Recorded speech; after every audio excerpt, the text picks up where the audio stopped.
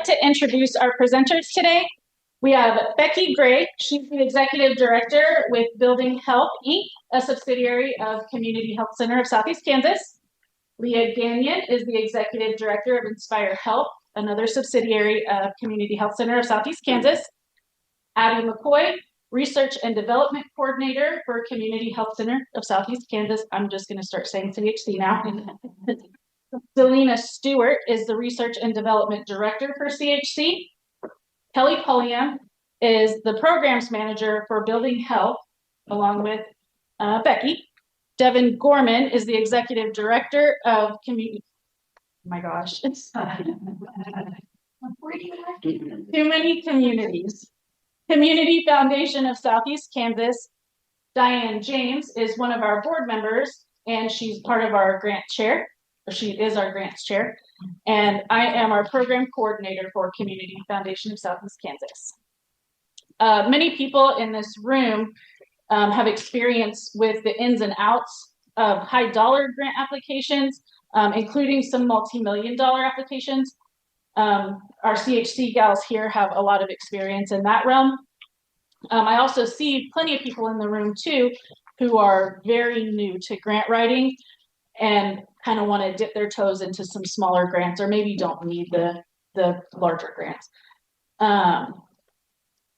But so this isn't really an all-encompassing presentation guaranteed to net you those $1 million awards. We're going to be providing ideas and tips that can be more broadly used in your applications and maybe help to build you up to those levels.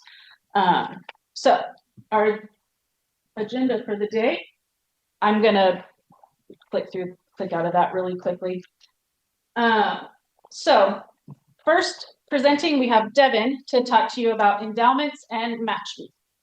Thank you, Kara. So this is the part of the program that you did not come for, but you're getting what you paid for with your free registration here. For my part, I want to share just a very brief bit about the Community Foundation of Southeast Kansas. If you don't know what we do or why we exist, we work with many of you and your organizations, but one of the great benefits we can provide to nonprofits outside of the granting we're talking about are agency endowment funds.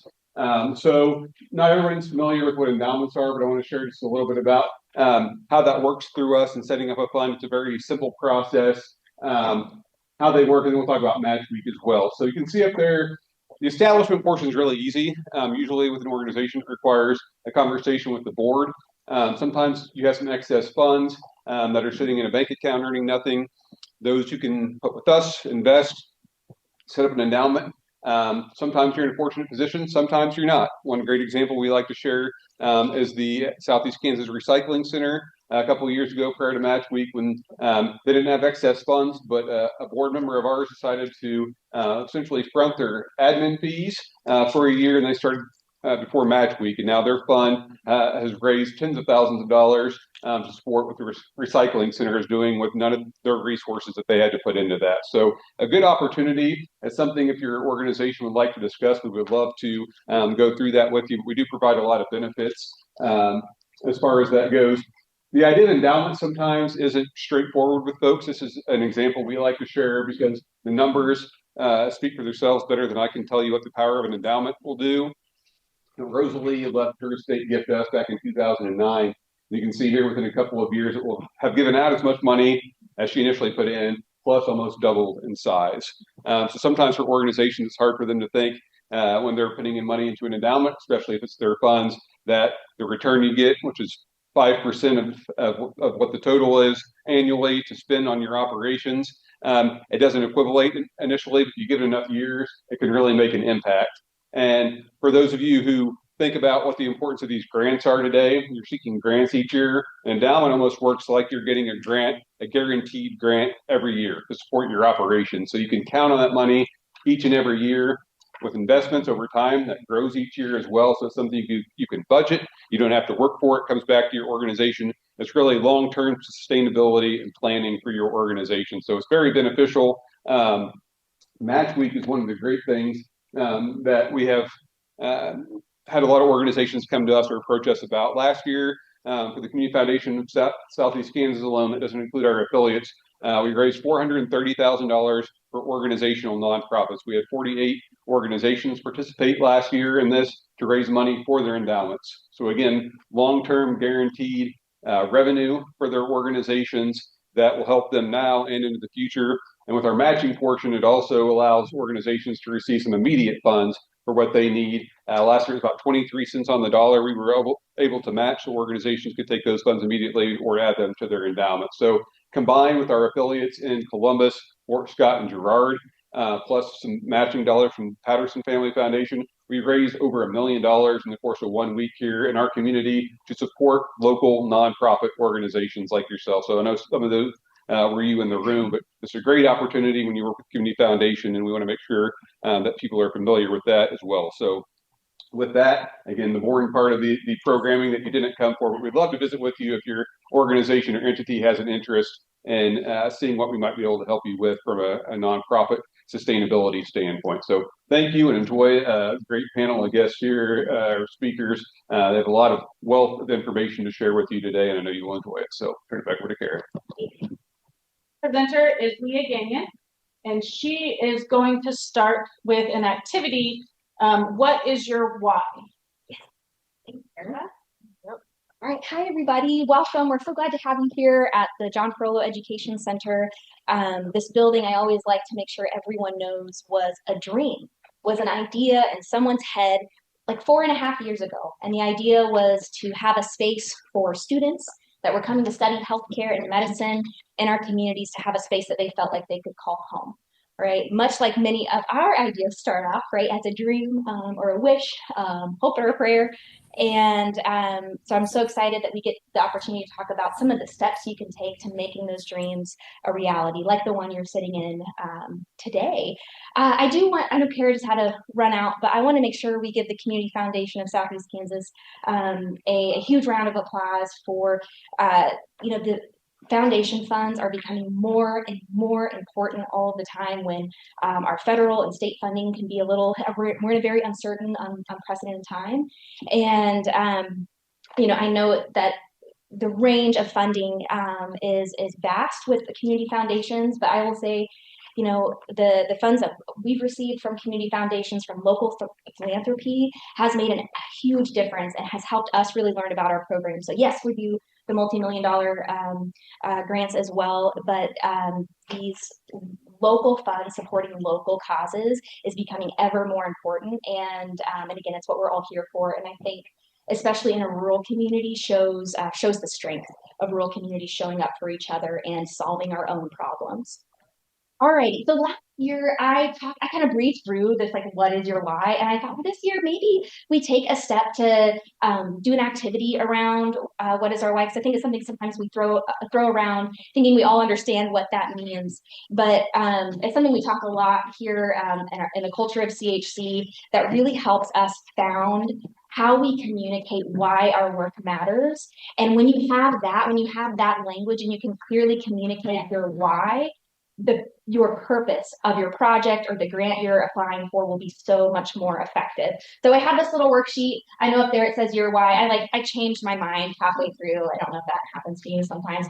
So your worksheet will say our why, but this is about you, your organization, or maybe that idea that you have in your head and the why behind it. So I would just ask maybe to look at those 3 questions here, and I'll read them out loud, especially for those of us online. To think through and maybe even just jot down a couple of ideas on this worksheet. So thinking about the problem or injustice, right? What inspired the work that you're doing? And what was that problem that you want to solve? Also think about it as what would happen if your organization didn't exist? What would be that gap? And then when you imagine your community in 5 years, 10 years, maybe you're at the very beginning, maybe a year, what's changed because of your work, right? So sometimes I think we jump into the logistics and the technicalities of getting our projects done and funded, but taking a moment to reflect, to get language that is our language around why our work matters, I think is really important. So I would just encourage you to jot down a couple of words or things that come to your mind there. And then if you had to respond to that little core belief section there on your worksheet, if you said, what is our core belief? My organization's core belief is, right? For the Inspire Health Foundation, I would say our core belief is that every child deserves to have an adult look at them and say, I believe in you and you belong here. And we have a pathway to help you connect to the health in your communities through our programs. So take a moment to just write down. And again, if you don't have an idea or a specific project in mind, maybe it's just something more personal to you today that you'd like to get onto paper. Okay, so we'll take that content around our why we exist, why our organization is here to do the work we're doing, and connecting it to the problem, right? And then this problem statement is what you can use, and it's almost like your elevator pitch. We talked about kind of one thing we want you guys to lead with today is to have that elevator pitch, right? We all kind of understand that language. If you got onto the elevator and someone was there that could fund your project, how could you explain in less than 2 minutes what you're about, who you're serving, and what problem you're solving, and how they can be a part of it? So I like to break that down into this problem statement and thinking of using, wherever you can, incorporating that language around your why into your problem statement. So I've got a couple of components that all problem statements should have. Okay, you always want to identify your population group and the problem in your community. Wherever you can be more specific, the better, right? Because that one communicates that you have an understanding of the needs in your community and you know what you're doing to address it, and how that problem negatively affects your community. Okay, and then specifically identify your program, your project, maybe it's the general service you're providing, and how that's addressing that negative outcome or barrier. Okay, so I want us to practice. So we'll just take like 2 minutes. And I always when I was in school, I had a great mentor that said, creativity before criticism. So don't worry about it being perfect as you're writing it. Just get your thoughts down. Make sure you hit each one of those components in your statement, and then we can be critical of it. Then we can start to edit it and make it perfect. Okay, so I'm going to put an example on the screen of one that I worked on and that I've actually used too in some of our funding. And there's little Amaya. She's like our Inspire Home Place for Child. She's telling you all you're doing a really great job because you showed up, and that's the hardest part. Okay, I'll give you another second to think, but there's an example of there, and you can see and notice those differences, right? Between the first and the second. We get a little more specific, we have data we're citing, and specific both in who we're serving and what we're doing to solve that problem. Okay? All right, so let's take and those of us online too, let's just do 2 minutes. Take 2 minutes to write down your problem statement. And we're gonna wind down writing and practicing our problem statement. And just to get us up and moving and connecting, because today is also about networking and knowing the other work that's going on in your communities, because we're going to talk about too, how you can strengthen your application by partnering. So I'd like you guys to take the next 2 minutes to find someone, could be at your table, but I like extra points. I guess we're doing points now. Extra points for finding someone at a different table and sharing your problem statement and swapping back and forth. Does that sound good? Okay. All right. And again, just like another couple minutes. So speed, problem statement, date. Ready, go. How'd that go? Were you able to share some ideas? Find your problem statement. Be inspiring. Be inspired. Yes. Good. Awesome. Okay, well, thank you for doing that exercise with me and for getting to share with each other. I think that's what today is all about, is that we're all here to learn and that we need each other too, right? Okay, so just a few things to follow that up. Now that you have your language around your why, a problem statement to communicate what it is you're doing, how you're going to do it, a few things to help back that up. So as you are beginning to take that project and apply it to funders. So short and simple is just encourage you to do your research. So right there, what's fun about your funder? We aren't a funder, but I am I have hired people and have done interviews. Anyone else? Yes, maybe. You guys ever like sat in an interview with someone? Yes, okay, there we are. And sometimes you can tell really early on if that person has gone onto your website and read your mission statement and understood what it is you're doing or where you're located, right?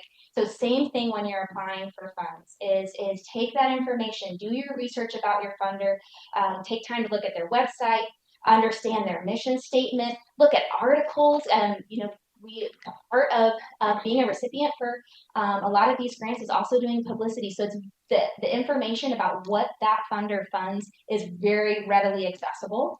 A lot of funders have past awardees specific to those grants.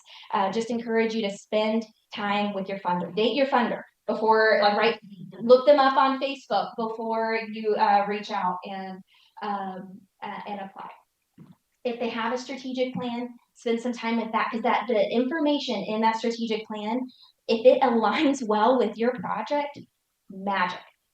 You can use their information, their words in your application, one, to communicate that you did your homework and that you understand what it is they're trying to accomplish and how your work aligns with them.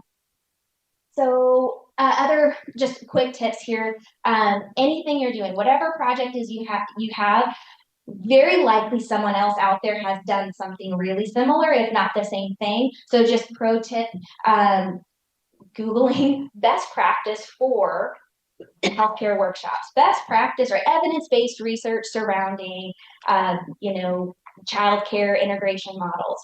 Whatever it is, it's out there. Again, spend time in the literature, in the research, because it will help you draft your own language. And also maybe you don't have to start from scratch on some of this stuff if someone's already got a playbook, right? So again, I know it's 101, but we got to start somewhere.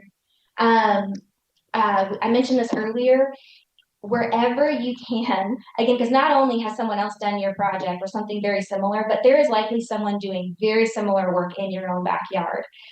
So that's what these things are so rich for, is understanding who else is doing similar work and identifying opportunities to partner, because that will absolutely make your application stand out wherever you can partner. So I have a picture of one of our pharmacy techs. They're not making drugs, I promise. They're making chapstick. That's great. But they got to talk about compounding. And this was a student from Chautauqua St. Paul School, very, very rural, small district. And the only way we were able to connect with that school is because we worked with Greenbush, because we knew, okay, we want to reach some of our rural schools that we know don't have health science programs. Who is the expert on and this nice glue of network across other education centers and school districts? Greenbush, of course, right? So we reached out to Greenbush to say, hey, could we be a health science provider for school districts in the area? But we just need to get to the schools. And they were able to come right along. And I think we saw 150 kids from these rural districts getting to spend the day here and learn about the health sciences. So again, wherever you can partner and find similar organizations doing similar work. Okay, and then again, this kind of goes with our research, but understanding what's important to your community. No one knows your community better than you do, and you're here today because I bet you have a story of a student or a neighbor or a friend who was missing something that they didn't have, and that was essential to their not just ability to survive, but also their ability to flourish as a community member. So those stories are really, really important. I encourage you to write them down and notice those patterns. So, and this happens too on a research level with needs assessments. So just about any category of service has a needs assessment. So here at CHC, we use community health needs assessment. These are health needs assessments are required by health centers, hospitals to produce every 3 years, and we make them public. So I think ours is going to be on our website somewhat soon. But there's also housing needs assessments, childcare needs assessments. So again, Google, use that tool, find the needs assessment that is related to your work, and again, use that language. You don't have to start from scratch. And we talked about creativity before criticism. Get your idea down, right? Don't get in your own way before it gets on the paper. And then pocket projects and priorities, which I think you're going to talk a little bit more about, Kara.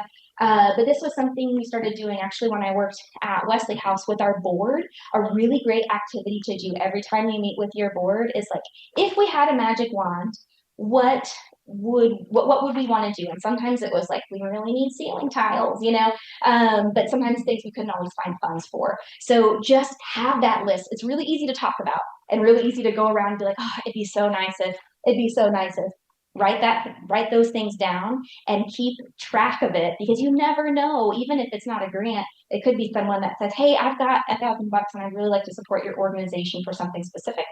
And you have, well, here we go. I have a whole list you could choose from, So I think Kara's going to talk a little bit more about the details there. But thank you all so much. We're so glad you're here.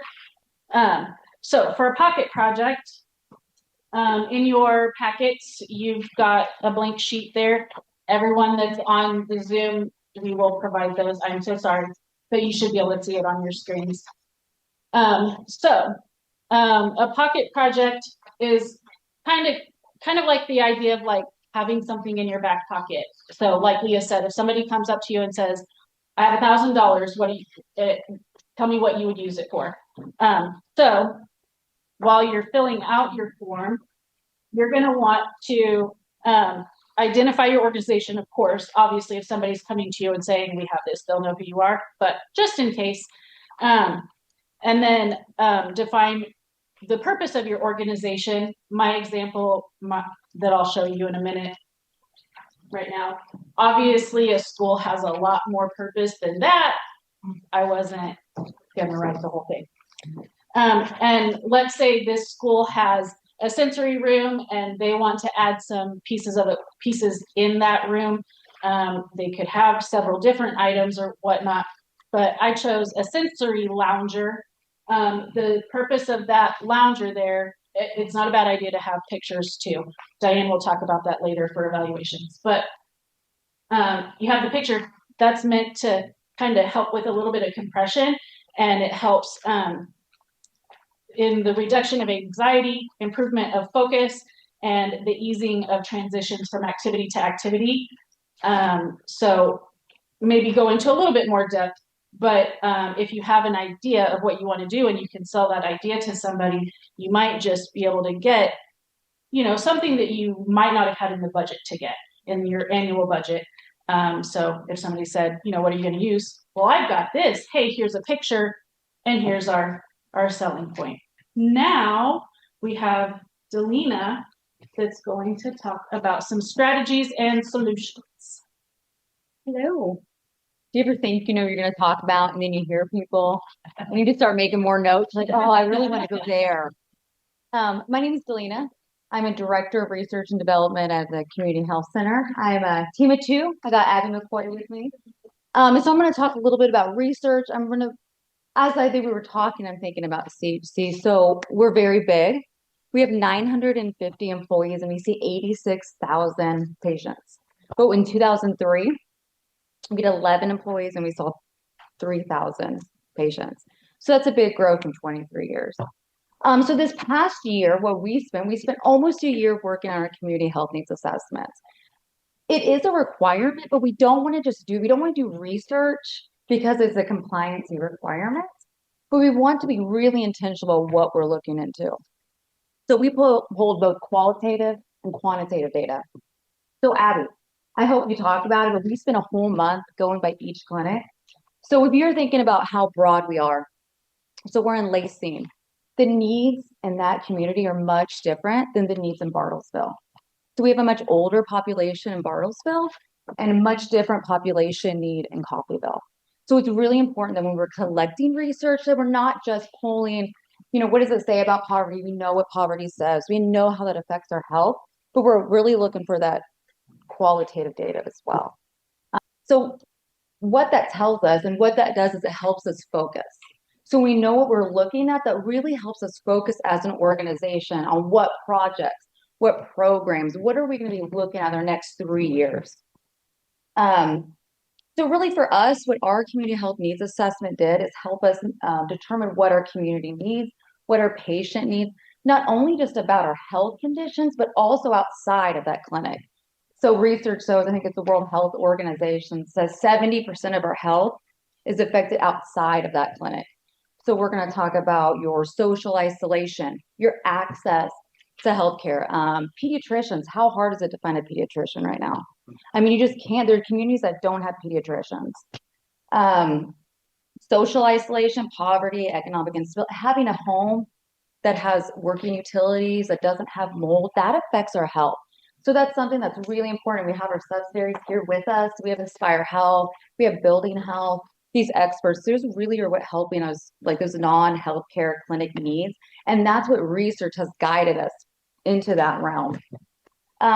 So really, so you do your research, you're knowing what your practice shows, you're knowing what research shows, you know what people around you are doing. So now you look inward as an organization. What are you going to do? How are you going to harness your strengths, your weaknesses, the threats? I've had 2 conversations today about funding, how that landscape has changed. Well, it looks so much different. It's almost like, you know, we said we're post-pandemic now, but we're really post-pandemic. Now we are feeling the lack of funding right now. We have federal, we have state, we have foundation fundings, we have small fundings, we have endowments, we have partnerships with RJA. We work with many agencies, and the cuts are felt across the board. And I think that that is something that I hope we gain here, both as you guys get to know us as CHC and the R&D team, is that we have to work together. And because we can't do this alone. So we do offer that as well. If you guys are small and you want someone to come in and do a SWOT analysis with you, or just an email, we're happy to do that. So really, now that again, we talked about putting on our organizational lens. So we're talking about our strengths, our limitations, and using that research as we're looking for projects, grants, programs that should really guide us. So really that is when our SWOT analysis came in. And I think, you know, as big as we are, we can do SWOT analysis through employee satisfaction to our 950 employees. But you can also do it with your team. You can do it with 2 people. You can do it with 10 people. You can do it programmatically, which is what we've done. I mean, how many do you think we've done, Abby? 3 to 10 to, I mean, it depends. However you want to kind of calculate how we've done a lot of them. Quite a few. We spent the last 4 months doing SWOT analysis and strategic planning. Then you get all your good data, and then you break it down, and then you share it out. So really that allows us to look within your organization about what you can do. Because you want to make sure that what you guys are doing is sustainable, that you can do the reporting, that it really makes sense for your organization. So now we're really shifting from what research tells us, from your qualitative and your quantitative data, and you're really going to look for those opportunities. So something that we've done, does anyone have any experience doing SWOT analysis in the organization? So that is just a framework. It's strengths, weaknesses, opportunities, and those are threats. They're really good. You can do them. You don't have to do them super formally. We've done them in a couple of different ways. We've done them in surveys instead of saying, you know, what's your strengths? We said, what do we do well? What do we do well here at CHC? So we met in groups, and we've done this several different ways, but your strengths and your weaknesses. So those are things internally that you can affect. So your strengths, so that is your, you know, your competitive advantage. So what do you do well currently in your organization? How can you leverage that? You know, is that your technology? Or maybe you're smaller and you don't have this big informatics system that we have, but you have a really good community connection. Maybe you have a really good reputation of being good stewards with your resources. People know that when they're giving you grants, that you're going to do well with it. I think about the, Dream Big, little ones. You know, so I worked with her at DCF, and so I've spent the majority of my career doing child welfare. And so I remember when that started with like, we're just trying to get a couple of comforters, just a pillow. Kids come into care in our office. If you're lucky, they have a trash bag of things. Otherwise, you're digging, trying to find underwear. And then to think you can't have your basic needs met. You're not coming with your favorite blanket. You're not coming with your comforter. And they've done a really good job, and they've grown. I know they're in other counties. So for them, I think that they have a really good reputation. I think everyone can really has that buy-in with what you guys are doing. So that reputation, for CHC, we have informatics, something that we're really good at. KU gets on the phone with us. They want to do a COPD project. I can find out within minutes. So we have 3,500 COPD patients. I know what clinic, what provider. I know their medicine adherence. I know the last time we were in the hospital. I know their next appointment date.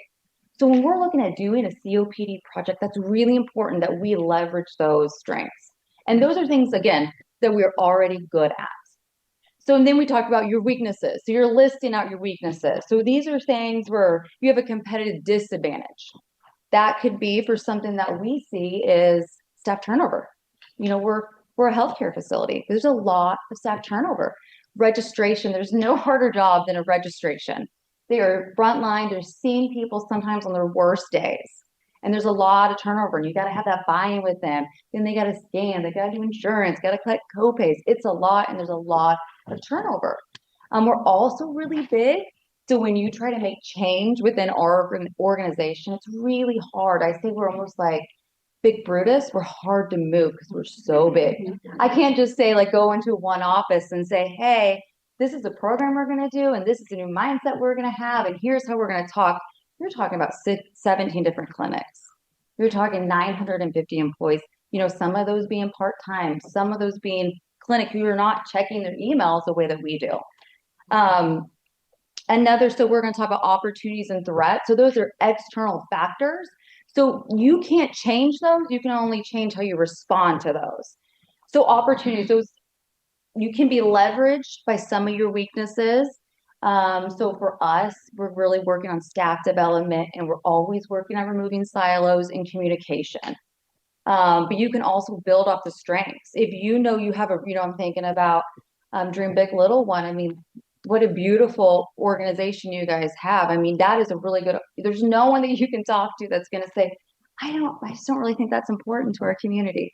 That's a really good leverage point for you. Threats, and again, that's another external factor that you cannot change. You can only talk about your reaction to it. So again, that could be your grant funding, a global pandemic, a lack of funding. These are your gaps in your service, and it's really how you respond to those. So you do your SWOT analysis. You're going to have this big list. Here's your strengths, here's your weaknesses, here's your opportunities, here's your threats. So now we're going to start prioritizing those, and you're going to look for themes. But like Leah said, you're going to have this dream list. You can't do all of them, and you don't want to address all of your threats and all of your weaknesses, but what is a really good opportunity for your organization? So something that we did, and so maybe this is something you do within a coalition, or you do within your board, or you do within your team, is then you do group reports, and you'll learn something from the other people. Same thing, kind of what Leah said. At first, you're thinking, "Oh, it's ceiling tiles." No, but really, what do you want? What do you need? What did the Wesley House need? What would we love? We talked about doing books, having books for kids. They leave with 2 books when they do summer programs. I mean, those are things that we've talked about. That's where our dream was. So really, you're looking for themes, and you learn something as you're talking. So things you don't think about.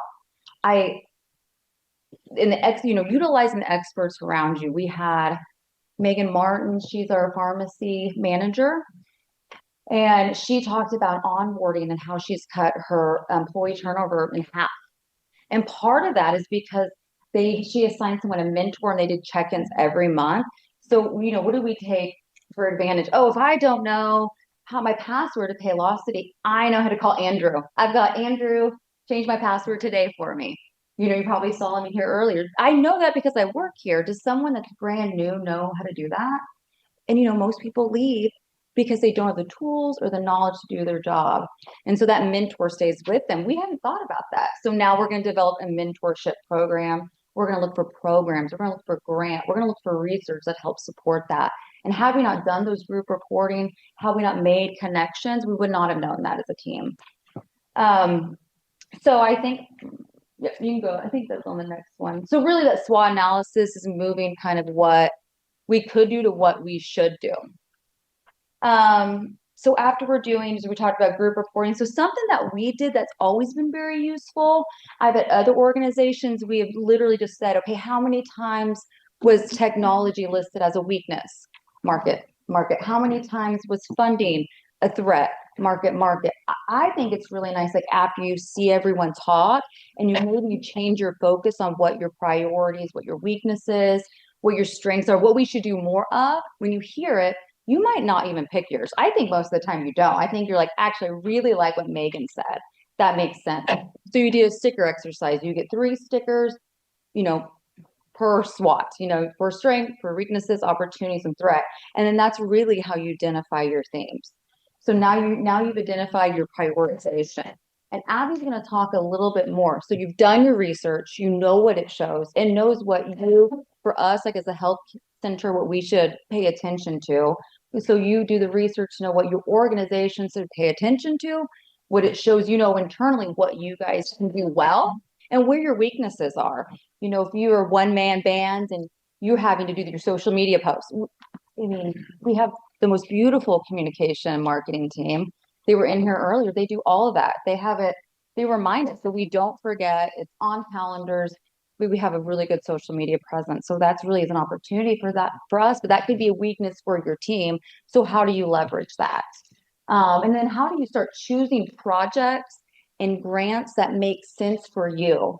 And so Abby's got this really great project that we're going to do. We spent last month at Kansas City with the Reach Foundation, and it was different than this, but it really helped you think about, is this a good fit for us? You don't want to go chasing for grants, at least for us. I don't want to speak for anything else, but we were talking about this Dollar General grant opportunity. We wrote it. It's going to be great. Each kid's going to leave the summer program with 2 books. We got it written out. It was a small grant. Shared it out. What do you guys think? We thought it was kind of a stretch. We mission drift a little bit on it. So we learned from that, but that without doing that SWOT, without understanding really where we want to pay attention to and what our strengths are, we might have applied for that and not really been prepared to report out on that ground. We would have had to establish some type of literacy program that we don't have within the Inspire Health Foundation. So it's really important that you guys look at the projects and the programs and the grants you're looking at and make sure that they're the best fit for you. So Abby's going to help wrap all this up with a great project for you and really kind of taking everything that you guys learned and put into practice. Hi guys. Hello. I'm Abby McCoy. So again, Research and Development Coordinator for Community Health Center Southeast Kansas. And my question is, do you have a project that you would like funded, and is it a good fit? Let's see. Thank you everybody for being here today. And I think we all have a common goal of bringing meaningful support in the communities we serve. So a large part of my role at CHC is to explore funding opportunities and determine if they're a good fit for both the funder and our organization. So questions like what makes it a good match, determining what's a need versus a want, and establishing evidence to support it as a need is a big part of what we do and what we look towards applying. So you could say a lot of my workday is spent reading grants and either saying, yep, this is wonderful, or we just don't think it aligned. But I mean, a bonus of that is if I find another partner organization where I think this is a really, really great fit for them, I can forward it to them and be like, how can I help you with technical assistance? So it is probably all right for me to assume that everybody has a project in mind. We've already done our what is your why sheets. So now we're going to do, is this grant a good fit scoring worksheet? And then it pairs really, really well with the CFSEK kind of rundown of the different categories and what foundation specifically supports what need. So each category has a score box in which you can score your project alignment 1 to 5. 1 being absolutely not, this is horrible. 5 being no better match in the universe. We were made for each other. So to briefly go down the criteria, we have mission alignment, where this project very clearly aligns with your funder's mission. And it's very, very important that you take the time to read your funder's mission and their mission statement. Geographic fit. So some funding only covers certain areas. Some are very specific to Crawford County, some are the state of Kansas. You might have people send you funding saying this is great for your organization, only to find out it's only available in Tennessee. So next is target population match. So again, some funders are seeking very specific populations, whether it be women's health, it could be children and youth, it could also be certain high-risk populations. So make sure that your idea aligns again with what they fund. So there's also going to be a local impact and measurability, which is how is this seen or felt in the community, and how many people does this intend to reach? So there's also community need evidence. Can you prove your need with qualitative and quantitative data? So are there reputable metrics to back up your claim? Or are there personal stories that you can draw from? Or do you have supporting partners who would write letters of support saying, we've seen this big need in our organization? So there's also project clarity and scope. So make sure it is well-defined, make sure it's realistic. Can you put your idea clearly in one paragraph and give it to somebody who has no idea what you do or where you came from, and can they read it and understand it? So budget compatibility, which is pretty straightforward. A lot of grants will tell you exactly what they will consider in their budgets and what they won't. Some grants will consider disposables, some won't. Some will consider staff time, some will not. Some will consider travel, others won't. So you won't really want to make sure, because those are one of the categories that's automatically going to get you kicked out. Like if you submit an application and your budget does not align with what they fund, it's just a quick off the desk. So also consider funding leverage. Is this the only support you have for your project? Or can you match it in some way? Do you have a private donor? Do you have staff or volunteer time that you're dedicating from your organization to help boost the project and see it forward to success? There's also organizational capacity. Is your organization set up to execute the project? Like, do you have the staff support? Do you have the fiscal oversight? Do you have a way to report on it that's comprehensive and understandable? Timeline fit. So again, probably don't want to apply this season for something that won't be executed until 2030. Because in your reports, when you submit it, they're really not going to say, well, we spent the money, we'll let you know in 3 years, because then what happens for your future consideration in the years that follow? Partnerships and collaboration, also very important. If you can show that you are bringing more than one agency to the table to work together, that's always a huge bonus. I find often that funders want to see these collaborations so people aren't in silos with their services, but instead are sharing it community-wide and taking the burden off as much as they possibly can. And then lastly, strategic relationship value. Is this building a relationship with your funder or a partner organization? So a good example is larger foundations. Generally, you will not be able to apply unless you're invited. And to be able to be invited, you have to send them a very succinct letter that says, this is who I am, this is what you do, what we do. Please reach out if you're interested. So is this going to establish a new relationship? Is this going to keep an old relationship strong? Or is this going to bring more partners in? So I want everybody to take some time to fill this out. On the very back, I will point out there are 5 key criteria to consider. That if you find yourself scoring a 2 or lower, we have to go back and replan, because these often will disqualify you from consideration from your funders if they're not really tightly aligned. And this is a tool that I'm welcoming everybody to take home with them. Keep it in your toolbox. It'll be shared along with the slides, so it's yours forever, just so you can make the strongest, tightest, most, effective applications that you possibly can. So take a little time. Happy to answer any questions as we do it. How long do you think? Just 5-10 minutes? Yeah. Okay.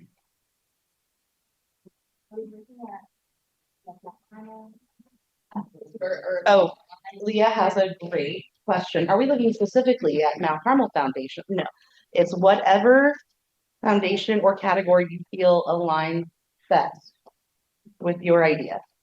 So try to take their principles and carry it over to the criteria.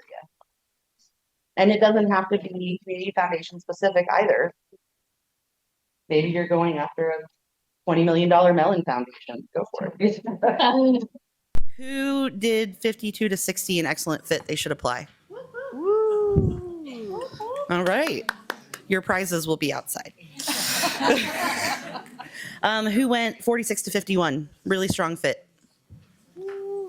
See lots of strong fits. So again, you should absolutely apply. I would consider a peer review. I would consider giving it to someone who has no experience with grants, foundations, or non-for-profit work. Find a friend and say, hey, can you read this and how comprehensive is it? And what were you confused about when you went through the application? That's a really, really good strategy that Becky Gray taught me. So, and I'm sure she'll talk about it later. So who got a 40 to 45? We're kind of in the middle. Okay. So if you're going to hit that, I would do some heavy revision. If not, go back and rethink your strategic plan.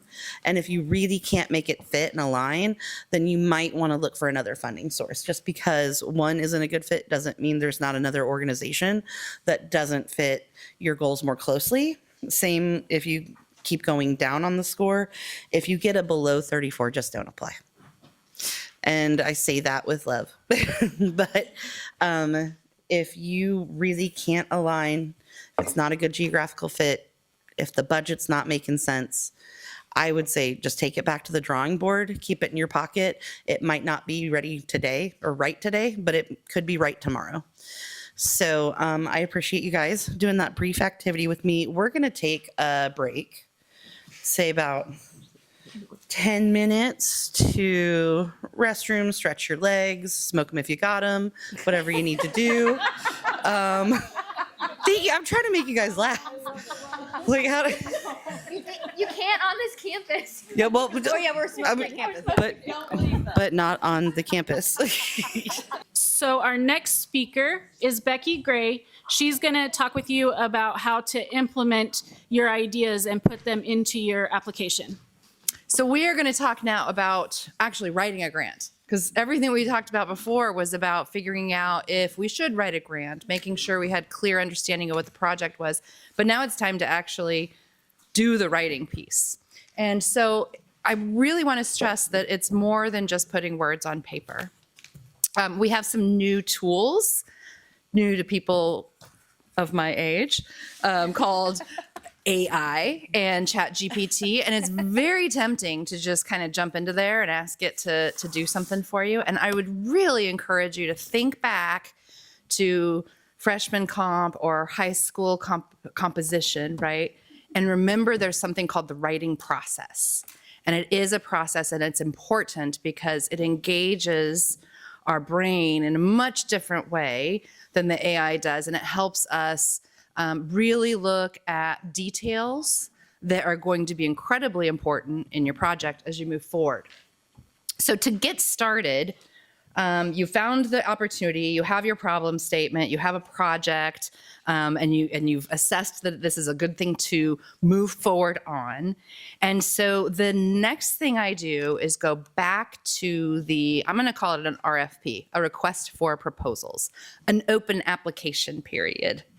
Sometimes it's called a notice of funding availability, a NOFA, but I'm going to call it an RFP because that is the language that I'm accustomed to using. So if you hear me say RFP, that's what I'm talking about. So you go back to the RFP, you print it out. I do, because I like to write notes. I use different colored highlighters to highlight it. Maybe if you're a younger generation, you're doing this all in Adobe or something else. I don't know. But the point is to go through the grant announcement in great detail. I make a separate piece of paper where I write down the due date, the maximum award amount, local match, if any. By match, that means money not from the grant that's also going to hit your project. Some grantors require it. We operate general public transportation at Building Health, Inc. 30% of our budget has to come from local sources. So that should all be in the RFP or the grant announcement. Write that all down. Make yourself a cheat sheet, due dates, key metrics that they may want to see addressed. Make sure you write that down. I also then look at the evaluation criteria. Some grants will give that to you up front. So, for example, Abby and I were talking about a federal home loan bank into Topeka grant for affordable housing, and they give you their grant scoring matrix in the RFP. So I can adjust my writing so that I can score the highest as possible. So look at that matrix if it exists. The next thing I do is project management, right? I start establishing my calendar. I look at when the grant is due, and then I go 2 or 3 days ahead of that, and that's when I'm going to turn it in. Don't wait until the 11th hour. Something will go wrong. Murphy's Law, right? So I start with the date that I want to submit it. And then I think about, do I need letters of support? When do I want those in? Not that day. I want them in a week ahead of time so that I know I have them. And so that means I need to ask for those letters of support several weeks before that so that my partner organizations have time to write them and get them to me. So all of this goes on a project management calendar. Again, because of my age, it is a printed calendar that I hold on my desk and highlight. But whatever tools you use to manage your time, it's very important to start with that in mind. And then all of that, as you're doing all of that, it can begin to form an outline. Do you remember that part of the writing process? Right? An outline. Go ahead and get started on that outline. I'm skipping around. Oh, the next piece, though, that I highly recommend before you start writing the narrative is to write the budget. Figure out exactly how much money you need, right? Because we have ideas. Abby has an idea to get socks for dogs that have cold feet. And we don't know are we going to make that? Do we need to sew that? How much material do we need? Are we going to buy those socks from somewhere else? How much does that cost? What's the time commitment to putting that in there? As you're thinking through these things, you'll start thinking in more granular details, right? Because socks for dogs sounds great, but if it involves getting 2 different kinds of fabric per sock and paying someone to stitch them together, and then how do I pay who pays for the thread? The person who sews it or me? Like all of those little details kind of come out as you really start fine-tuning a budget. So while I think our intuition says when you want to start writing, you just start writing, go to the money first so that you know exactly what you're talking about. Then be sure to make sure the funder will pay. Abby mentioned this. In most grant announcements, most RFPs, there's a list of eligible expenses. Some will fund salaries, some will only fund materials. So make sure that in your dream budget, you know that it contains eligible expenses. That budget doesn't have to be only eligible expenses, and we'll talk about that in a minute here because it's good to show that you're leveraging other money. But make sure that what you want to ask for is appropriate. And then itemize. So if I need material for my dog socks, I'm gonna beat that metaphor to death. Here we go. If I need material for dog socks, I can't just say material, $100 worth, right? I need to know how many yards of one type, how many yards of the other, how much each of those costs per yard, and add it out. So I used, for this example, this is the Community Foundation of Southeast Kansas's budget form. So when you apply for a grant, you can download this form ahead of time. And this is not about dog socks. This is about an emergency warming center. We recently had one open in cooperation with the city of Pittsburgh, and there's a lot of stuff that goes into that, right? We ate a lot of little cuties. That costs some money. We handed out, pro tip, first day of the overnight warming center, everybody gets clean socks, everybody gets clean underwear. It makes the sleepover a little more bearable. So these things are all items we need. This isn't comprehensive. This is just for an example. But you see that it's very detailed. So we have men's socks. It's not just we need socks. We need a pack of 12 socks. We need 4 of them. And each one of them is costing $11.98.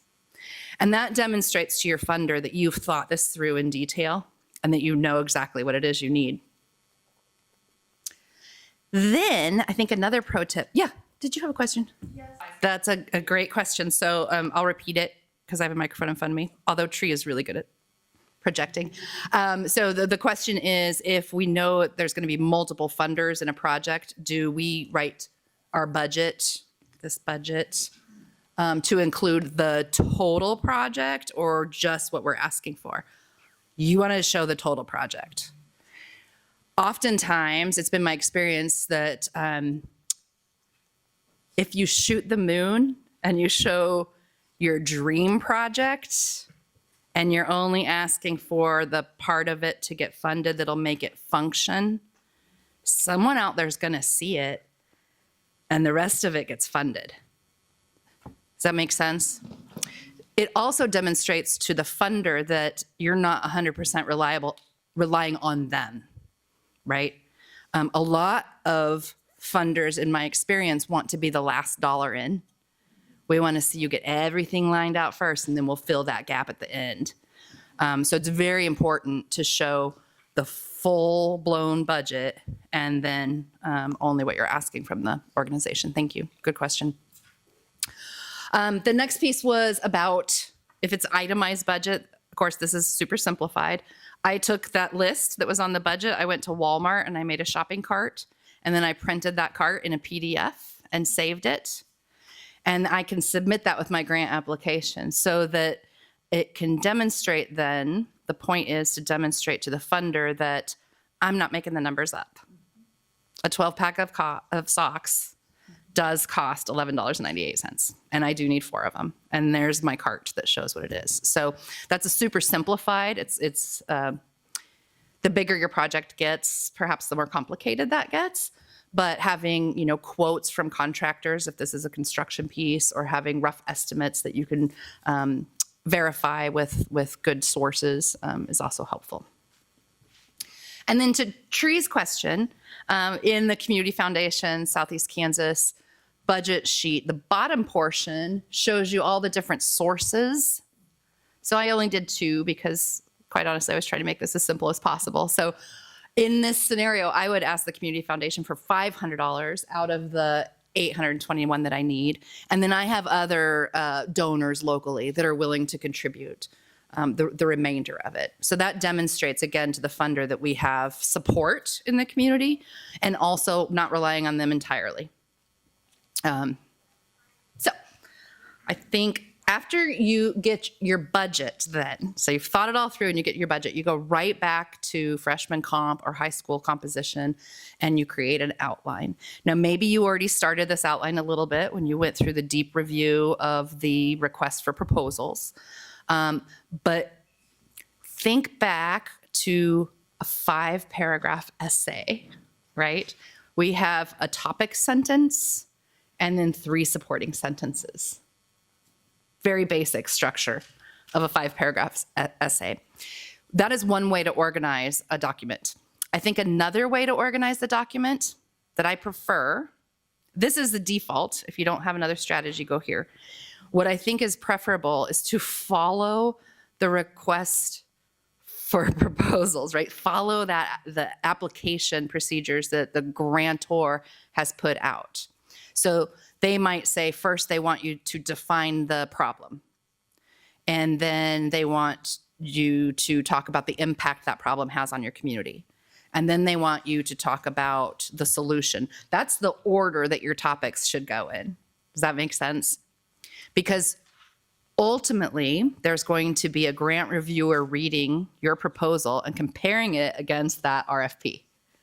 They're going to compare it against the request for proposal. So if you're following exactly the same format, that makes their job easier. And you know what you want to do? You want to make that person super happy. You want to make that person go, I get this. It is clear as day, right? So after you get yourself an outline, usually it's following the RFP, then you have to think about how you want to fill that in. And this is where I caution the use of artificial intelligence, because it will, as I understand it, it will go out into the internet and it will grab stuff and it'll bring it back together and it'll be mostly good. But what you miss is what the Greek rhetoricians, I mean, this is the ancient rhetorics had it right? We're still using their theories. And when I talk about rhetorics, what I mean is the way in which we are trying to persuade and communicate. So sometimes today people say, "You're an English teacher, aren't you?" I forgot. I took a picture of this because I was like, I think this is my class, so I'm gonna show it to my kids. Just over there smiling. I'm like, yes, people like me. Today, like we'll say rhetorically speaking, and it's kind of synonymous today for like hypothetically speaking, but that's not what rhetoric is. Rhetoric is how we use words to persuade and impact others. And so the rhetorical situation was referred to back in the ancient Greeks as kairos. And I wrote it down so I don't forget. It is, kairos to them was like a notion of space and time. And so I don't mean a distance, I mean like a kind of time, a feeling. So if you think about early in 2020 when the pandemic first started happening, there was a feeling, right? We all felt it, right? We all went back into our houses. There was frustration, there was anger, there was loneliness, there was like some glee, there was people howling at night. There was a feeling, and it was very easy to capitalize on that feeling in a grant proposal for personal protective equipment, let's say. Right? That's, I think, the most profound example that I can offer. But as you think about how you want to talk about your situation, think about what's going on in the broader community. If we have 80% unemployment in our community, no one is going to care about Abby's dog socks. But if we have... Sorry, Abby. But if we have an overabundance of dogs whose feet have been burned, and where people are coming to city commission meetings and saying these dogs are being mistreated, and there's a fervor in the community about dog socks, it's a pretty good time to lean into that with your application. So as you are crafting your language, just think about the community context, the place and time that we're at, and the flavor of that place and time, and try to find the language that fits that. Does that make sense? Cool. Okay, that was our quick jump back in time to ancient rhetorics. Let's see. So then, as you're thinking about the tone that you want to use, and you have your outline outlined, you need to pull in more research. And so, Leah and Delina and Abby already talked about data collection and understanding. So you already should have a lot of research at your fingertips. But continue to dive into that research and interview SMEs, because I love acronyms, that's subject matter experts. So if I am looking for dog socks, I would be going to our current animal control professionals, and I would be talking to Mr. Denny about what those dogs' feet are looking like, because he is like on the ground with those dog feet, right? And he's going to know more than anybody else. So sometimes we are our own subject matter experts, right? If the thing we're trying to get funded is something that we do, we're the subject matter experts. That's fine. Perhaps you have a peer that's also a subject matter expert. It's often more impactful to cite someone else in your writing than it is yourself. So I would encourage you to kind of think outside of yourself and get that. And then we did discuss, some peer-reviewed, best practice, evidence-based. Those are excellent terms to Google search for the things you're trying to do. And then you can get some peer-reviewed or some research-based articles about what the dog socks mean to the community or whatever it is you're trying to perform. As you're doing this research, make a bibliography. Remember that? That was really, really hard before computers. But now we have like EasyBib. There's several different websites that you can go on and just kind of plug in whatever your source is, and it makes a citation for you, and you look super smart. You just copy it and paste it right into your bibliography.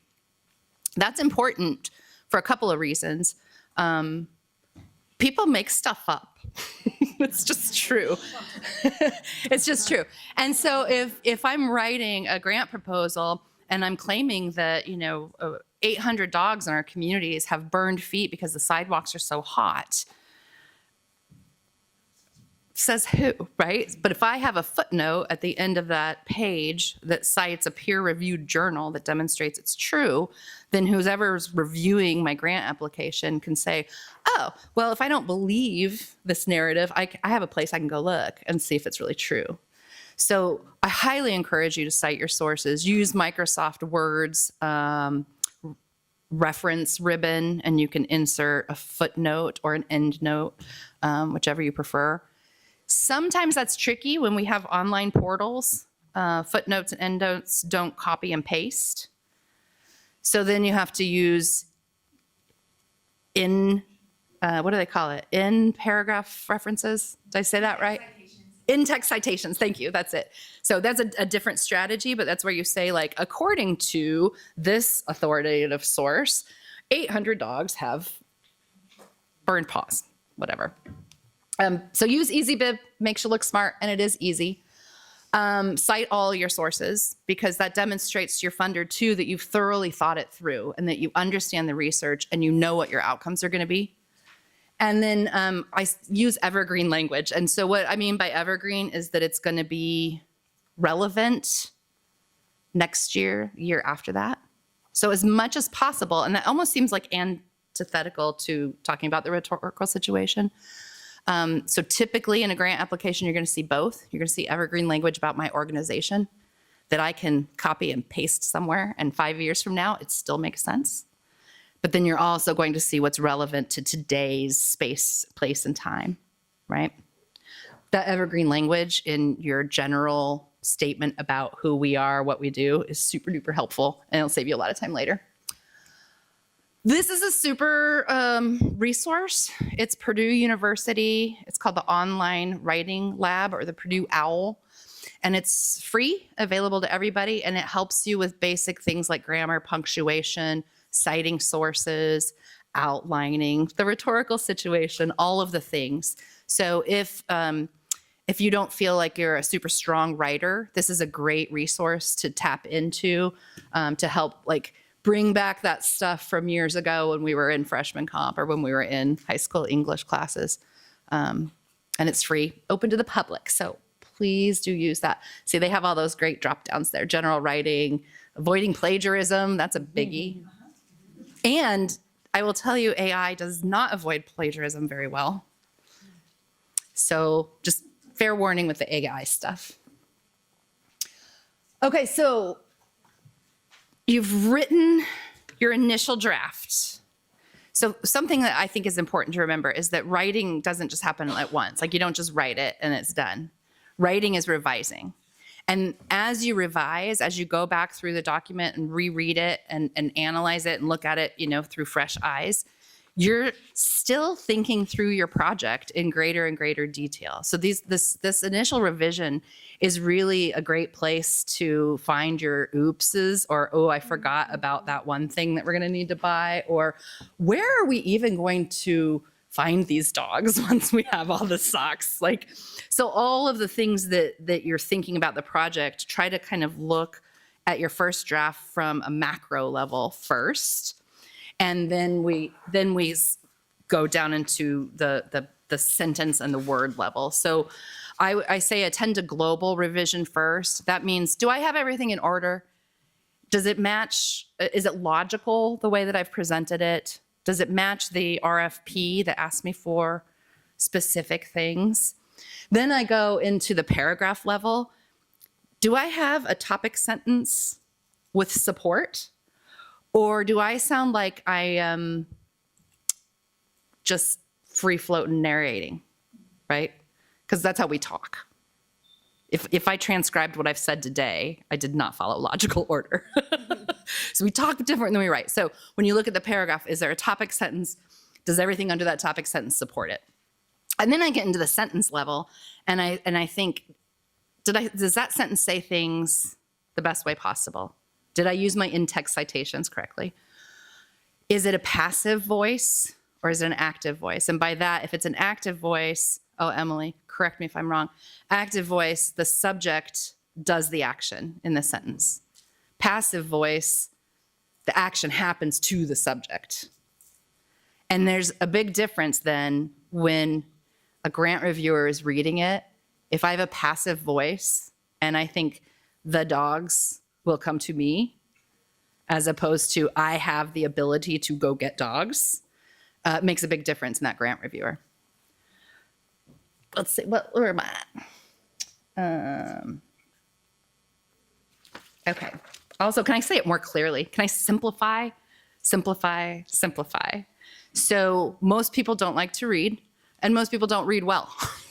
That's just the truth. And so the more simple, the clear, concise, and correct we can make our language, the more chance we are that that reviewer is going to have an easy time understanding what you're saying and is going to want to grant you the grant award.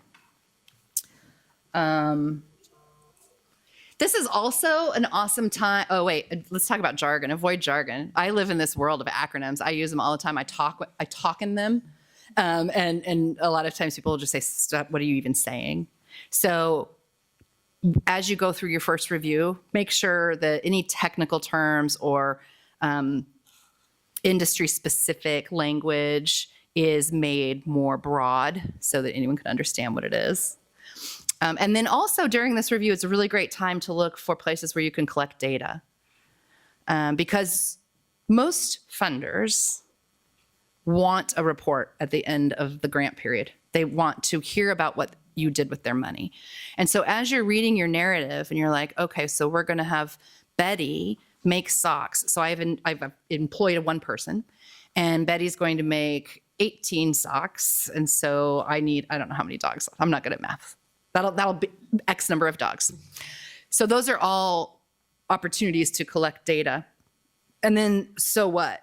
Now that you have all those numbers, that's the bean counting, right? So I have all these numbers that say I did these things. The question on the end of that is, so what? What did it do? What did it change? What impact did it really have on the community? So as you do this first kind of global meta level revision, is a really good time to say, where can I collect data? What's the data going to tell us? And what outcomes do I expect from that data?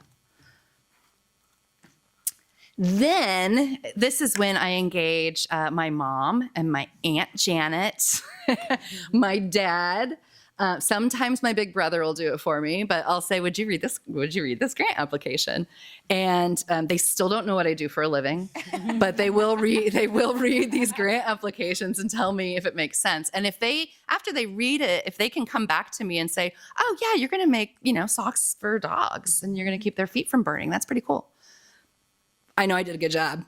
But if there's dogs with burned feet and I don't understand why or what, I need to go back and make some more revisions.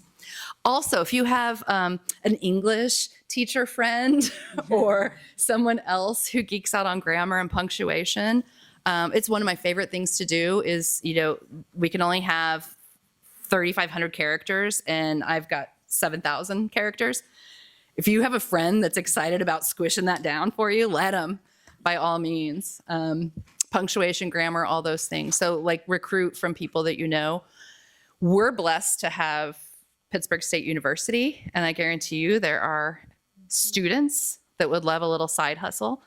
Looking through a document, they can put it on their CV, and it helps them in the long run. So definitely utilize other readers. And then at the end, if you have the evaluation criteria from the RFP, evaluate against it. Have someone score you or score yourself and be as honest as possible. Make sure that what you've written meets the criteria that your grantor is looking for. And now I'm going to pass it over to Kelly Pulliam to talk a little bit more about data collection and reporting, because she is a superstar at managing this stuff. Okay, so everybody has talked about how important the data is when you're writing or doing the proposal. And it is so important because it shows where the need is.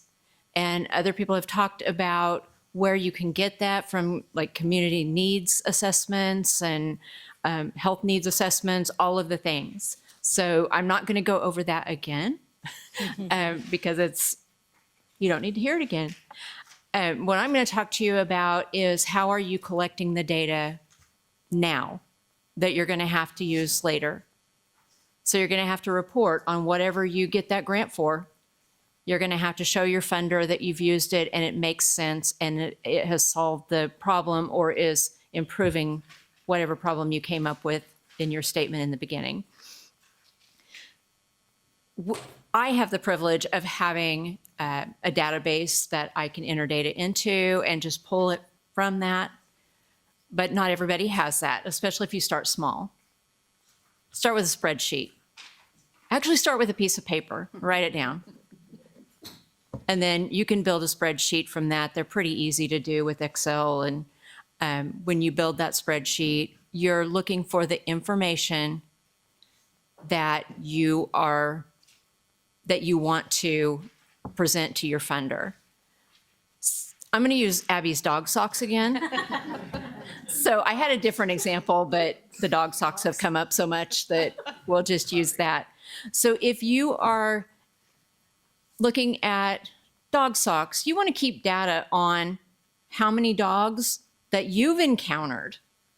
Maybe, in your agency, you've seen 70 dogs that have come through with burnt feet. You don't want to let your funder know that you served 80 jars of pickles to people that came through your doors. They're not going to care about that. So I think it's important to make sure that you know what your funder's looking for and what you have to offer them that relates to the proposal that you're writing. It is so important to track that. And I'm going off my script a little bit because recently I had the unique opportunity to review grants. And I'm going to tell you something.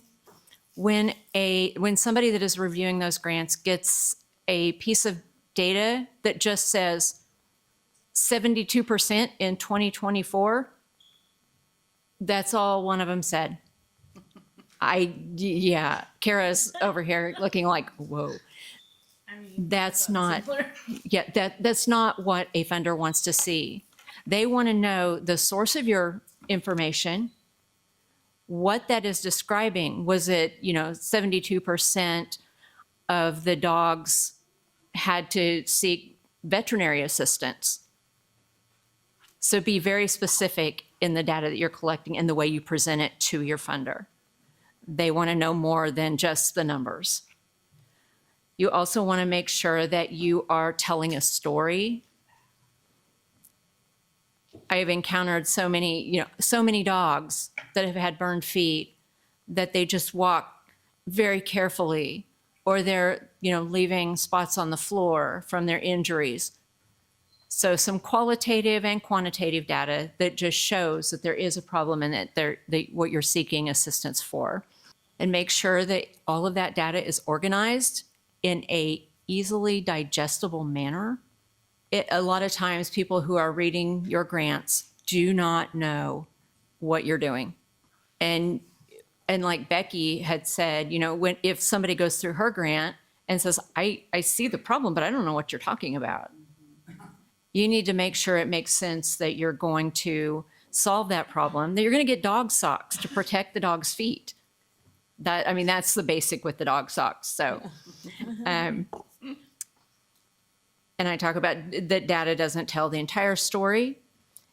So make sure that you can use surveys, interviews, focus groups, things like that to tell some of the other parts of your story. And your data needs to be accurate.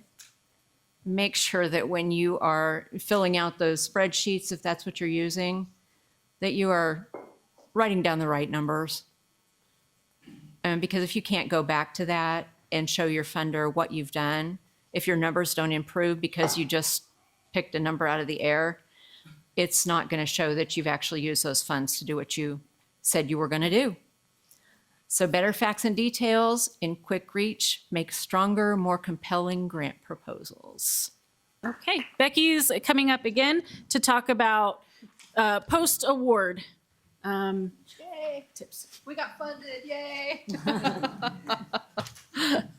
And that is fun part to like, woohoo, when you get that email. But then what? That's when the real work starts, right? The grant was just to get you the funding to start the work. And so I think the key is project management and making sure that once you know you have an award, oftentimes you got to look back over and I have to reread the grant. Like, what did I say we we're going to do? I got to remind myself what I said we we're going to do. And then I move right into the calendar and setting things up for success. So a year goes by quick. So if your funder is funding you for a year, what you're going to realize is that time just snaps by. And it's really easy to go, woohoo, we got funded. And I'll deal with that next month because this month I have a lot going on. We'll get started next month. Don't delay. Start immediately. Yeah, Murphy's Law. If it can go wrong, it will. So like plan ahead. And then consider how it's going to impact the other work that you're going to do, right? Because now we have more money, but that means we have to do more work. So how is this all going to fit in? Do I have the human resources to do it? Do we have the space to do it? And those types of things. I also think, I don't know if I put this up here. Oh, yep. Start your document organization early. So I tend to have a bunch of empty files when I first start a grant, right? This is an example from this is a 5-year grant. So I have a budget and that's where I'm going to put it. Inside that budget folder, there's like 2024 to 2030. And inside of each of those, there's every month of the year, right? So, and then there's some guidance on how I'm supposed to submit my budget reports monthly. So there's the template, there's a cover letter. If it requires some type of reporting, I start that template right now. What do they expect from my report? I will get a blank Word document and put a template together so that 2 months from now, when I'm swamped with everything else I'm doing, I can just fill in the blanks, right? I can pull from my data and I can fill in the blanks, and it keeps it kind of quick. You'll see guiding documents in my file trees. So that's like probably my grant applications in there. So I remember what I said I would do. And then like this one has an operating manual that needs to be put up in that guiding documents. So just organize yourself ahead of time. I think that's the key. Make sure that you have things set up. I would also suggest starting Excel spreadsheets right away. Imagine, and this is a place where I will say AI has been helpful to me, is you go into the Chat GPT and say, I need a spreadsheet that tracks a budget over a year with these items in it. And it will suggest how to do that. It will even help you suggest formulas for you if you're not familiar with Excel. So I start my budget immediately. I start my data collection spreadsheets immediately if we don't have a database, and get them all set up. And then I move to my calendar and say, what are the due dates of all these reports? When does Kara want to see me submit online, et cetera. And then I also make, it's not in here, but I typically will make a photo bucket, right? It's really cool to be able to share data and a story and a picture of it. It definitely helps philanthropic funders feel like you use their money wisely. I separate that out from like the federal government funders because I'm really not sure. That's like a nameless, faceless entity that I still do it, but I think when we're talking about foundations and local communities, it's really important to share the data and the stories and the photos. We actually require photos. There you go. Required. You know what I found out too? Community Foundation. I took a photo. I went on my phone to the portal and I could upload the photo from my phone instead of my Gen X self wanted to email it to me and then download it and then re-upload it. But I found out you don't have to do that. And then the last piece too is to establish a communication strategy up front. And so that is, what is your press release going to be? What are you going to do on social media? Do you have an electronic newsletter or an email listserv that you do? And again, 3 months from now, we're going to be swamped with something else because things happen. So as much of that as you can draft up front, do. So if I'm going to do a press release, woohoo, we got the grant.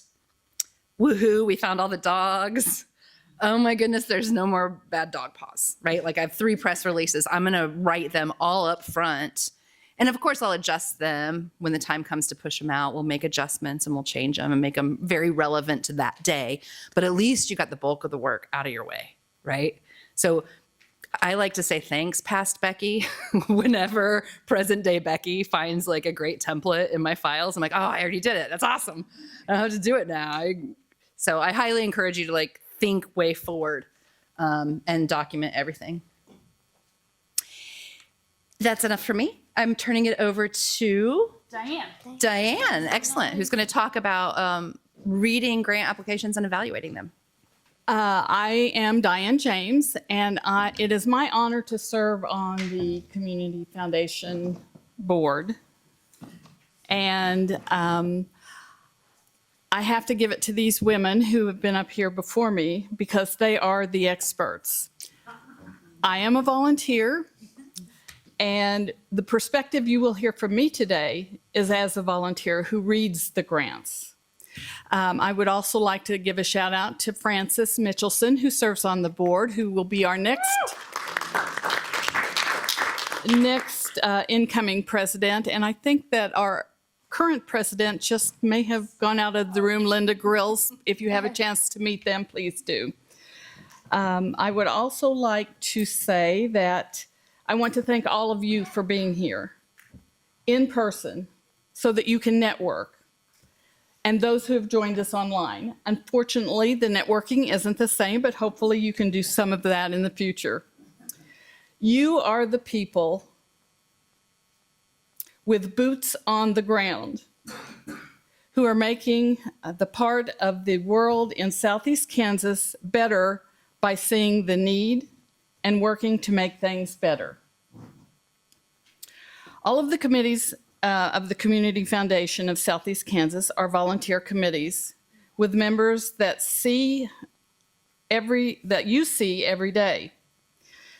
They interact with our community the same way that you do and see the needs that you do.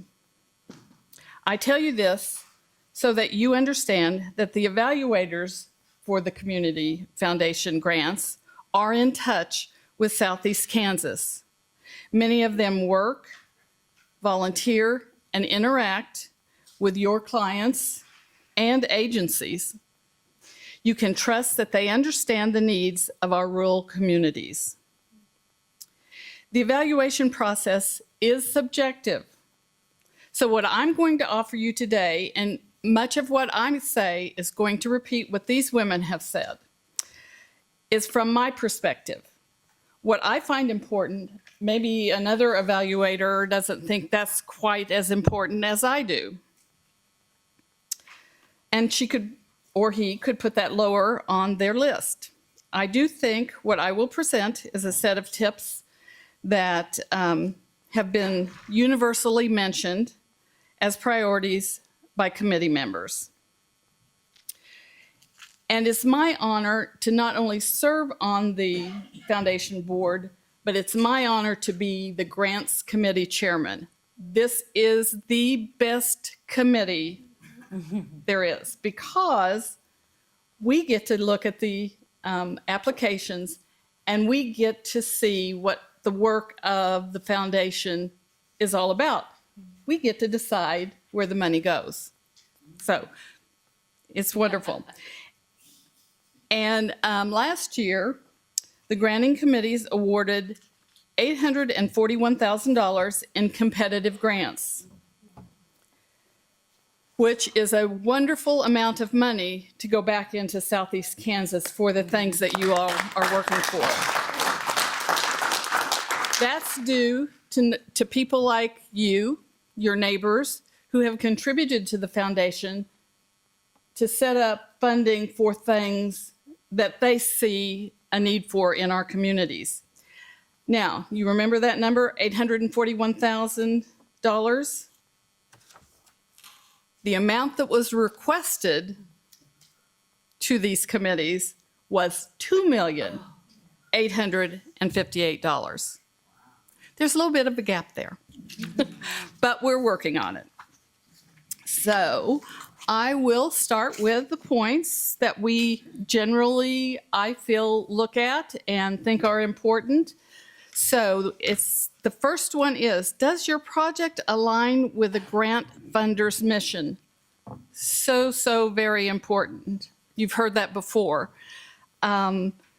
If the funder's mission is basic human needs,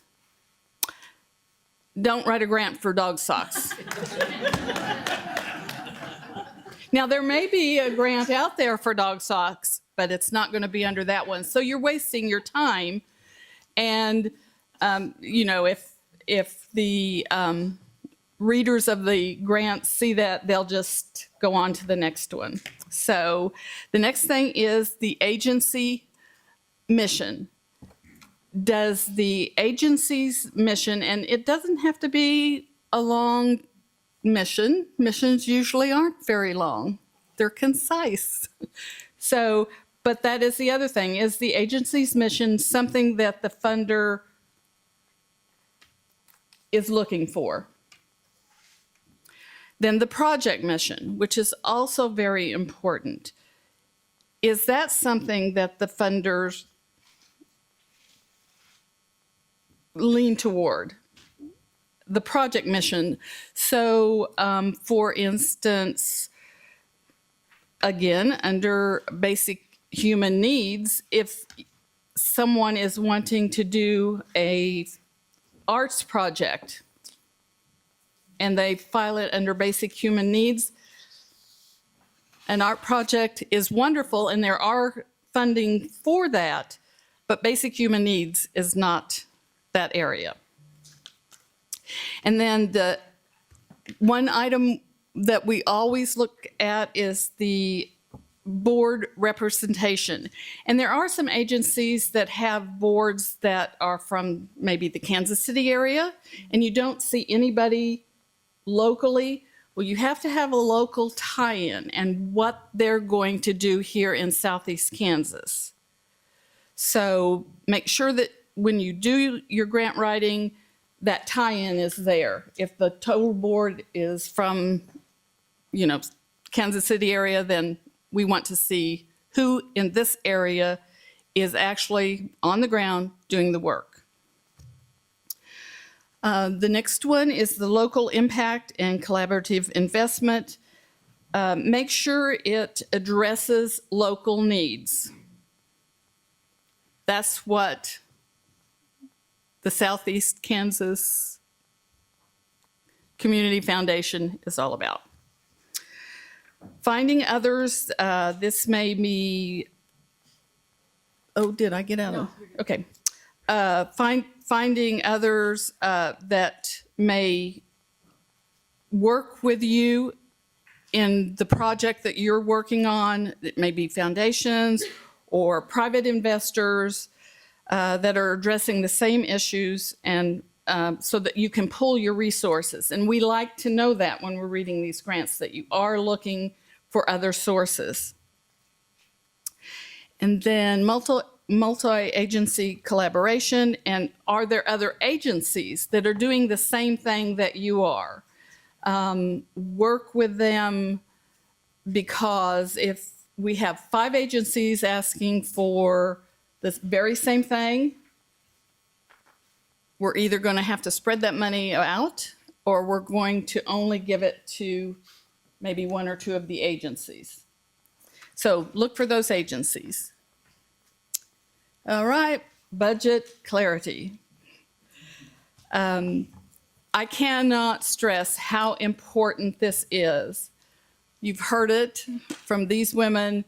We want to know how many of a certain item you need to do your project, whether it's socks or underwear or bars of soap or loaves of bread or whatever it is that you all are purchasing to fit the need that you see, we want to know that you need 10 items, X amount of dollars, and this is what it equals. Along with that, we do like to see pictures of what you want. And a great example for me was playground equipment, because I don't have children, so I'm kind of out of playground equipment. But we wanted to see what type of equipment they were ordering and where is it from? Is it locally, or is it from a company that isn't in Southeast Kansas, which doesn't really make that much difference to us. We want you to get a quality item for a good price. Now, if you can get it locally, we do like that, because we like to support our local merchants. But just make sure it's very clear, and I know in your packets you have the budget. Yes, the budget. So be sure to fill that out, because if you ask for a certain amount of money and the information isn't on the budget itemized, probably we're going to set that application aside, because it's not up to us to figure that out. Then partial funding considerations.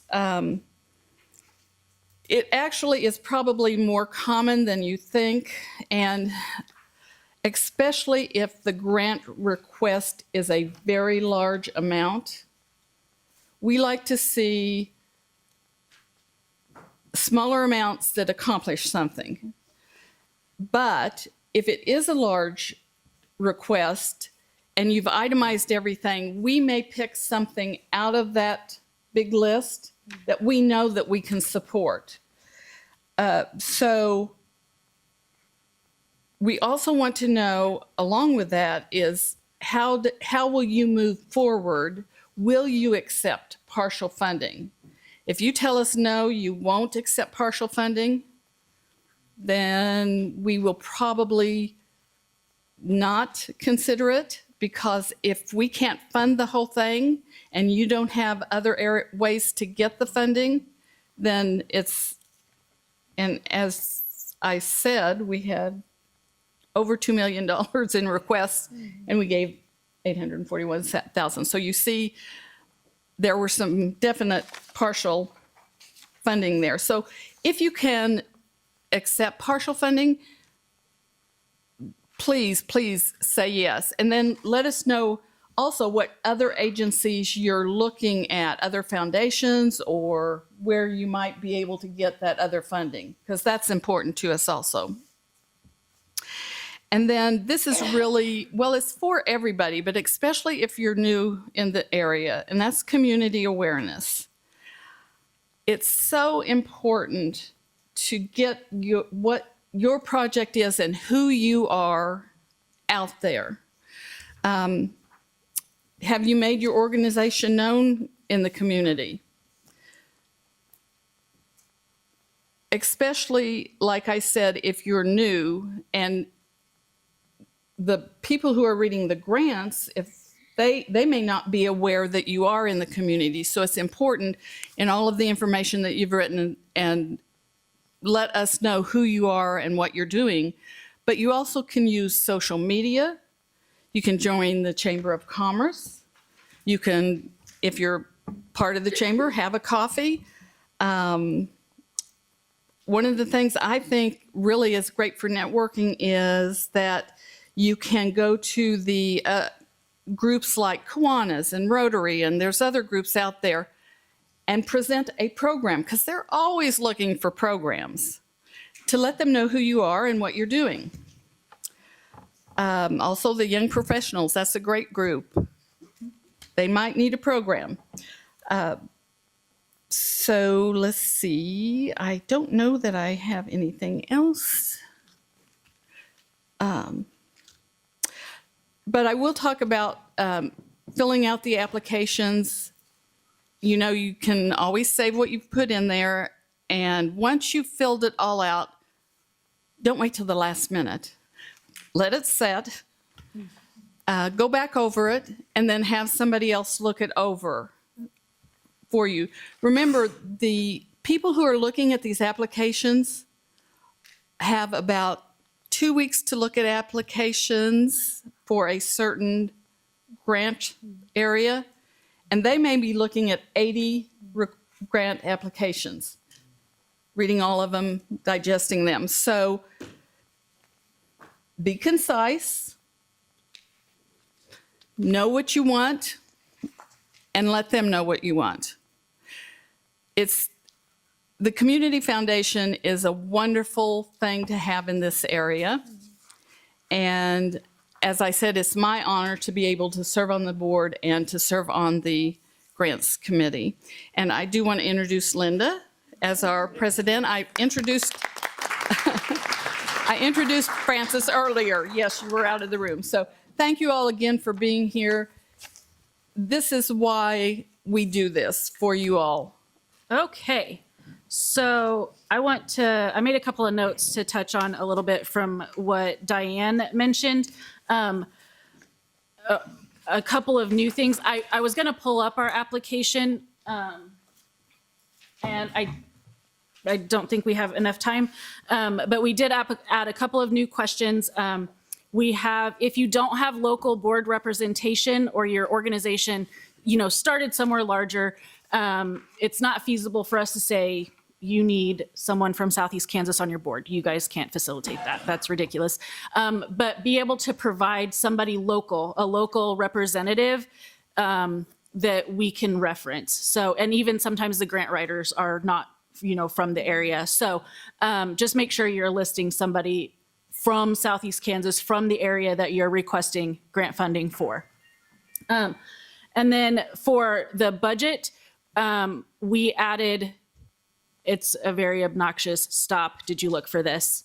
Yep, Bob can tell you.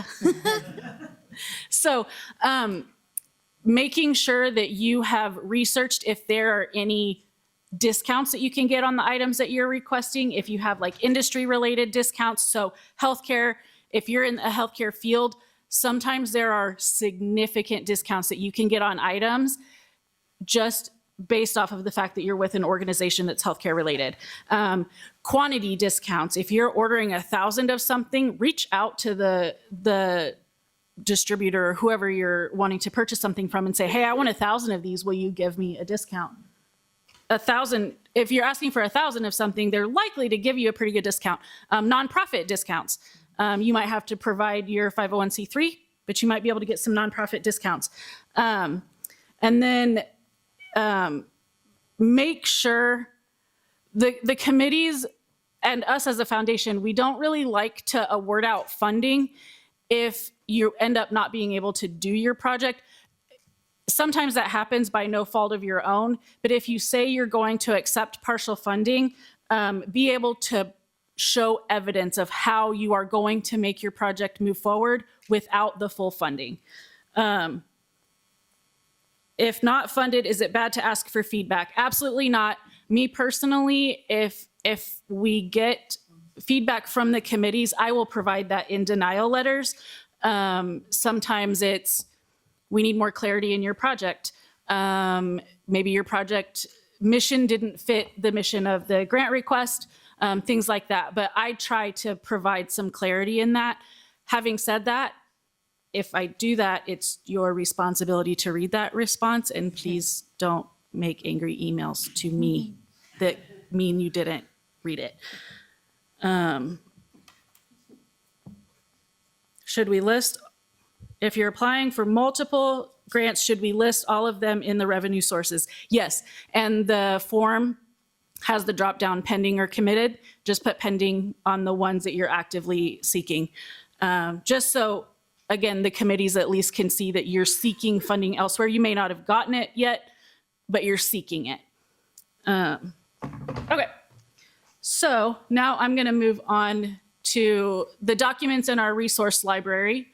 I'll run through some of these really quickly, but this is a pre-application checklist. It's gonna tell you the types of documents and things that you're gonna need based on off of what type of organization you're with.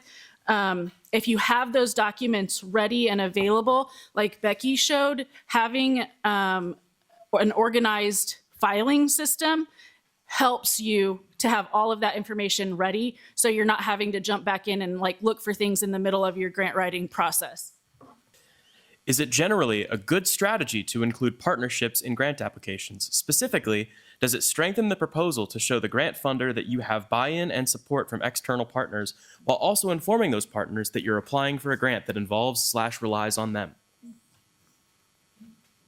Absolutely. Every grant committee wants to see that there's some sort of buy-in. Also, to kind of piggyback a little on the newer organizations, having maybe a statement of support from other organizations that you're trying to work with shows that you are actively trying to prove yourself, improve your services in the area, rather than just saying, I kind of want to come into your area and do these things. This is what I want to do, but you haven't talked to a single person in the area to see if it's something that they want your services to provide. Okay. These are definitions of the nonprofit categories. If you don't know what your organization is, there you go. Then our board list, the documents that we provide, there's two of them that we want you to use, our documents. Diane mentioned she's on it used to be general funds, but now it's the community impact grants. There were 80 applications from the basic human needs and another 80, for youth activities and arts and culture. Diane's on both of those committees. So she had to read 160 applications. So please use the documentation we provide, because it keeps the process a little more cohesive for our evaluators, so that they're not all of a sudden have some random PDF. And all of our PDFs are fillable, so it should be relatively easy to do. Nobody's ever said that it was an inconvenience, but it's relatively easy. Is a $1,000 grant worth enough to do a little extra work and fill out a different form than what you already provide? Okay. And then the two forms don't automatically save. Like if you put your data in there, it's not just, that's how it is in the application. You have to click on it, enter your data, save it to your computer, and then upload it to the form. I've had a few blank application or blank things. So that's not a real time, like saves it to the document or to the application.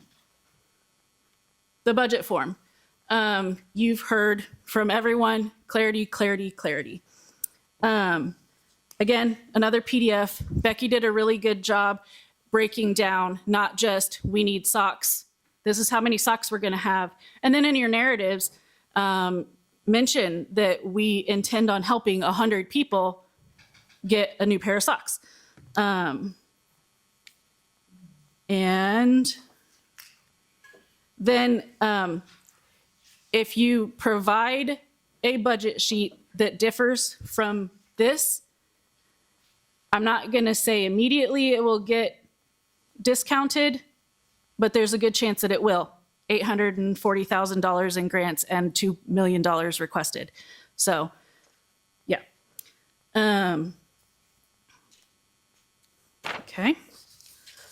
And then fill out the form. There's instructions on it. It might be a little hard to read, but there's instructions. Be really specific, kind of like what Becky showed you. Make sure you put your budget in order of most importance to least importance, so that the committees know that maybe your most expensive item isn't the most important, but if they have $1,200 to give you, they can pick your top 4 items, but that $1,200 item was like item 20. Okay, and then historical spending is a good estimation of what your future spending will be. So organizations that offer, say, rent and utility assistance, you don't know how much that's going to be year over year, but you know what you did last year, and you know the services that you provided last year, so you can use that data from last year, bringing data into the equation here. That was not an unintended pun. So I have Becky's slides back up here, but I wanted to show you Kathleen Flannery with the PSU Foundation. She gave me permission to use these. She did something really cool. She had too many items to put onto the spreadsheet. So what she did was she lumped her items into categories, and then she provided a separate form that outlined the categories. So where there's not much specificity here, she provided every bit of specificity that we needed in a separate document. So even though that doesn't leave a lot of lines sometimes, you can still provide that information. Okay. Next are publicity guidelines. We require publicity in some form or fashion. It's not because we want to pat ourselves on the back. We want to make sure that what you guys are doing and the great things that you guys are doing are represented and spoken about and shouted about, and they're louder than any negative voice that we can come across. Sometimes those seem unbearably loud, but if you guys are showing what you're doing, it can make a keyboard warrior that's saying, you know, just running their mouth but not actually doing something, it makes them look silly because we're showing what we're actively doing and they're just sitting on a computer. So tag us. I will see your posts if you don't tag us because when you share them with me in your evaluation forms, but if you don't tag us, Matt won't see them. He's our communications guy, so he does all of our Facebook stuff. So if you make a post about your project that you received from us and you tag us, he'll share it. So you've already got another level of your project getting pushed out. And then just the more people who see what your groups are accomplishing, the more people will want to help, and the more people will want to get involved, the more people are going to know about your organization specifically. So do whatever you can. You can do social media posts. You can do a newspaper article. The newspaper is always wanting to write articles about what's going on in the community. If you have a staff newsletter, if you have an event and you put posters and flyers up about the grant fund that you received, make sure you're mentioning Community Foundation and the grant fund, just so that people see where that's coming from. Okay. I think I missed something. Oh, photo ideas. We want to see photos. I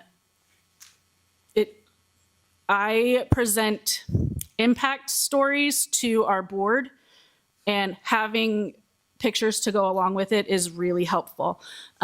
This document gives ideas, just general ideas, but there's also some ideas that will help preserve confidentiality if you are an organization that can't show a kid's face or a client's face, something like that. There are ways that you can provide photos, and they are required. Okay. Then, general tips. You've heard it. Start early. That's not just for the peace of mind of being done, but if there's additional information that you need to gather, you've started early. If you need to get a letter of support, don't be a jerk and ask your person a day before it's due. That's not very nice. Give them time to give your project the time and attention it needs to write a good letter of support. Read your instructions. I think I do a decent job in the application of providing instructions. They're even color coded. There's links, there, all kinds of things. It's sometimes kind of obvious if you don't read the instructions. And for evaluators, that can be annoying and makes it look like you didn't do your research.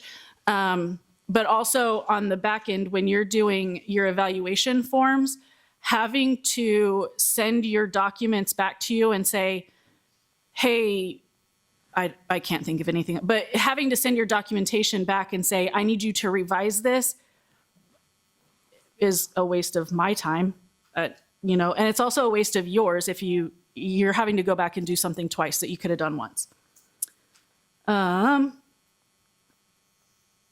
Sorry.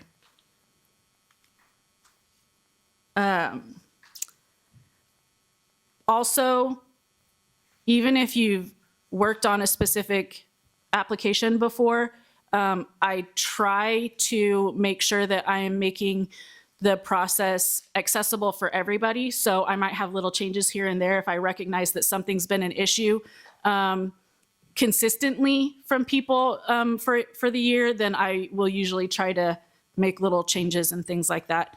Hence the reason why we have the local representation and things like that, and stop, did you get some discounts? Things like that. And then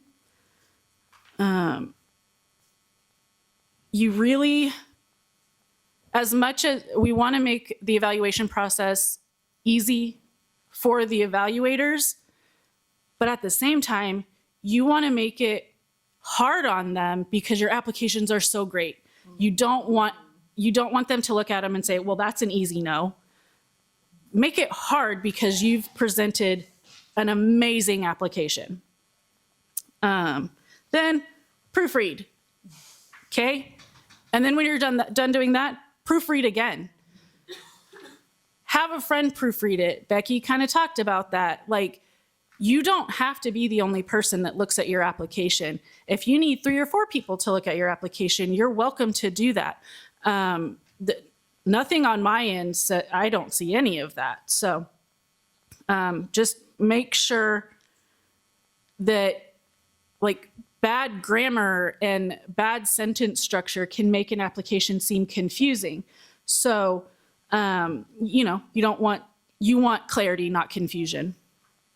That clarity,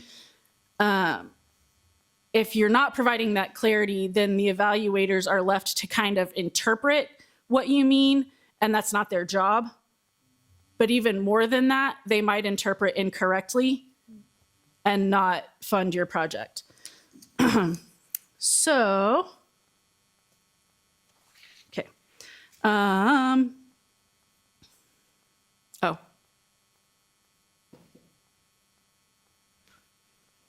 Oh, I'm sorry. Okay, sorry. When you're in the portal, even after you've submitted, on the last couple of days, go ahead and log in. This is a peace of mind thing. Log in and just make sure your application is not under a tab that says action needed. Make sure it's submitted or something to that effect, just to make sure something didn't happen. Make sure you're checking the due dates. That's always going to be a thing. Document organization. You can't explain that near enough to be important enough, but if you make it easier on yourselves, have everything you need. Have a file folder that's just for Community Foundation applications so that when you go to fill one out, you have everything that you would need for our applications. If you're applying for another application from somewhere else, if that's going to be something you consistently request, or an organization that you consistently request from, have a folder for them and their budget form, their board list, things like that. Just if you do the work up front, it makes it much easier on the back end. And then staff availability. We aren't, if the due date falls on a holiday or a weekend, we're off. So don't stress yourselves out by waiting until the last day just in general. But if the due date is on a weekend or holiday and you have technical issues or anything like that, we won't be able to help you. And most of the time, we have a very competent staff, but sometimes if I'm not available, some of the other questions might not be able to be answered by some of the other staff because I'm the one that does the grant application portals and stuff like that. So, and then waiting until the last minute to submit your application and like panicked troubleshooting and stuff is incredibly frustrating. For you guys, yes. Also for me, because I've got other things to do. Your application isn't the only thing I'm looking at ever. So if you're waiting until the last minute and you call me panicked because it's due in 6 hours and you haven't started, I will help, but I won't like it. And some things I won't be able to assist with. I can't think of anything off the top of my head, but anyhow. But I have deadlines that I have to meet. I'm organizing committee meetings. I'm reading all of your 80 applications. I read them all. So make it easy on me too, please. So I said this last year, and part of me thinks it kind of sounds rude, but it also gets the point across.